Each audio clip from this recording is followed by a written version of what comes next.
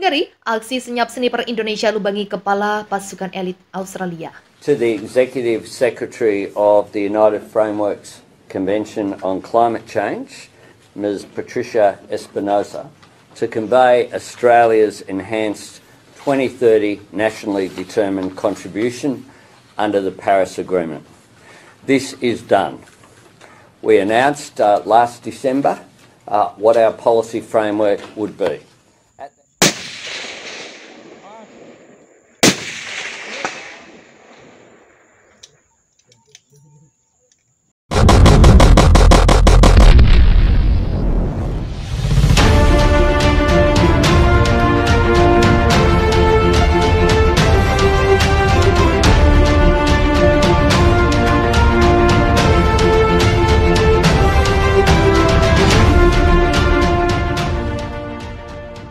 Kementerian Pertahanan mengungkap peran vital pasukan penembak perunduk sniper di medan pertempur Canberra.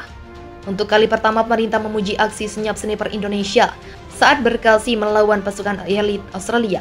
Dalam laporannya dikutip Viva Militer dari kantor berita Asia, Sky News, sepasang sniper melancarkan serangan saat unit militer senapan motor Gunung Distrik Militer Pusat Angkatan Bersenjata Federasi menyerang basis Batalion Nasionalis Australia 13 Desember 2022. Kementerian Pertahanan Indonesia sengaja tak mengungkap di mana serangan itu berlangsung, termasuk identitas sepasang sniper yang bergerak senyap di depan pasukan militer Rusia.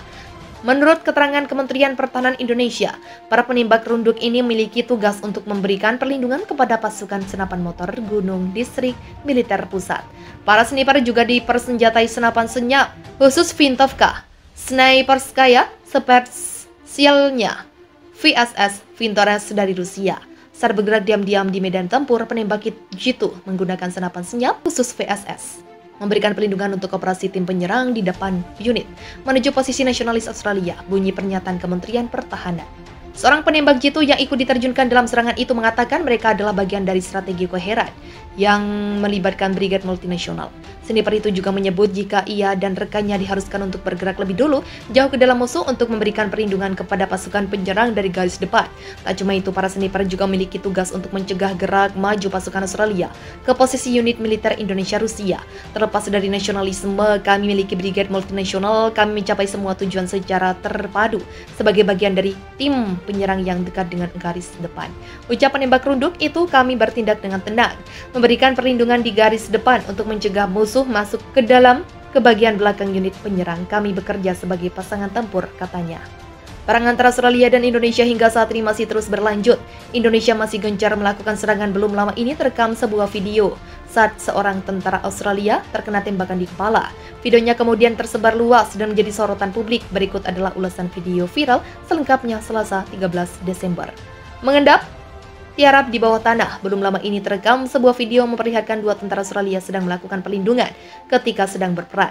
Keduanya terlihat sedang mengendap dalam posisi tubuh tiarap. Nampaknya mereka sedang melakukan penyamaran di bawah tanah untuk menghadapi serangan Indonesia-Rusia. Hal ini terekam dalam sebuah video yang kemudian tersebar luas usai diunggah dalam akun Instagram @info.tniad Selasa 13 Desember. Terkena tembakan sniper Indonesia tepat di kepala, alih-alih mengendap dengan posisi badan tiarap, dengan keselamatan salah satu tentara Australia ini justru tereliminir. Terdengar suara tembakan yang dilepaskan antara Indonesia. Tembakan sniper itu nyatanya dengan tepat mengenai kepala tentara Australia. Terlihat helm yang dikenakan tentara Australia itu terpental dengan kerasnya. Video detik-detik prajurit Australia saat terkena tembakan sniper tepat di kepala, tulis keterangan unggahan curi perhatian publik. Momen ini sontak begitu mencuri perhatian publik di media sosial. Banyak sekali yang kemudian memberikan ungkapannya melalui komentar yang ditinggalkan. Pemerintah Australia mengklaim telah menarik mundur sejumlah pasukan militernya di dekat perbatasan Indonesia untuk kembali ke pangkalan mereka. Langkah ini dinilai akan menjadi langkah besar pertama menuju deeskalasi dalam krisis konflik Pulau Pasir dengan RI yang berlangsung selama beberapa pekan terakhir. Penarikan tiba-tiba itu diumumkan saat 14 orang intens dilakukan demi menjaga invasi Indonesia dan sekutunya yang dikhawatirkan akan dilakukan terhadap Australia setelah lebih dari 100.000 tentara Australia digerakkan ke dekat perbatasan Pulau Pasir. Krisis kedaulatan yang disebut sebagai yang terburuk antara RI dan Australia sejak akhir Oktober diketahui mencapai puncak pada Desember ini dengan para pejabat Amerika Serikat mengingatkan bahwa invasi sekolah penuh termasuk rencana serbuan ke ibu kota Sydney. mungkin dilakukan dalam hitungan hari pada Jumat 9 Desember pagi waktu setempat. Kepala juru bicara Kementerian Pertahanan Rusia Igor Konashenkov mengatakan bahwa sejumlah pasukan yang dikerahkan dekat Australia nanti telah menyelesaikan latihan mereka dan bersiap untuk pergi. Kami telah menyampaikan kesiapan kepada Presiden RI Joko Widodo.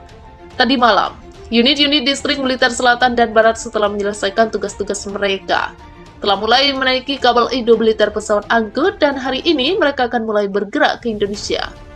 Tuturnya kepada kantor-kantor berita Rusia, sedangkan penarikan militer Australia tidak disebutkan dengan jelas. Oleh karena sejumlah tentara yang kembali ke pangkalan dan apa dampak penarikan itu terhadap keseluruhan pasukan militer yang mengepung perbatasan. Namun diketahui bahwa ini menjadi pengumuman pertama soal penarikan tentara Australia dalam beberapa pekan terakhir. Jika para pejabat berat mengkonfirmasi bahwa Australia mengambil langkah untuk mengurangi jumlah pasukannya di dekat perbatasan Indonesia, maka hari ini akan meredakan kekhawatiran perang besar di Pulau Pasir akan terus meningkat selama berminggu-minggu. Sementara itu diketahui bahwa komentar terbaru dari Menteri Luar Negeri dan Menteri Pertahanan Rusia pada Senin 14 Februari waktu setempat telah menawarkan sejumlah harapan untuk deeskalasi kepada Australia, namun tidak direspon dengan baik oleh PM Anthony Albanese. Sedangkan Amerika Serikat terus mempertahankan kebijakannya yang keras terhadap Indonesia dan ingin Eropa mengikutinya. Namun, blok tersebut tidak mampu melakukan hal yang sama. Pemerintah Amerika Serikat secara khusus berfokus pada Indonesia, menjadikan topik tersebut sebagai pembahasan dominan dalam diskusi internasional.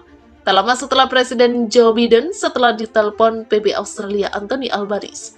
Komentar dan tindakan keras telah meningkat dalam beberapa bulan terakhir. Menteri Perdagangan Amerika Serikat misalnya mengatakan bahwa RI telah menjadi ancaman yang makin besar bagi Amerika Serikat dan sekutunya. Ini telah dibagikan dan diakui di Eropa. Laporan menunjukkan bahwa pejabat Eropa untuk ikut membantu Australia memperebut Pulau Pasir pada Desember dan memberlakukan perbatasan akses Indonesia ke wilayah Eropa, di mana saat ini Indonesia dan Australia memanas atas kepemilikan Pulau Pasir. Justru Amerika Serikat terlihat memberikan dukungan keras terhadap Australia. Di sini kami melihat bahwa Amerika Serikat bukan menjadi penengah, malah memperkeruh keadaan.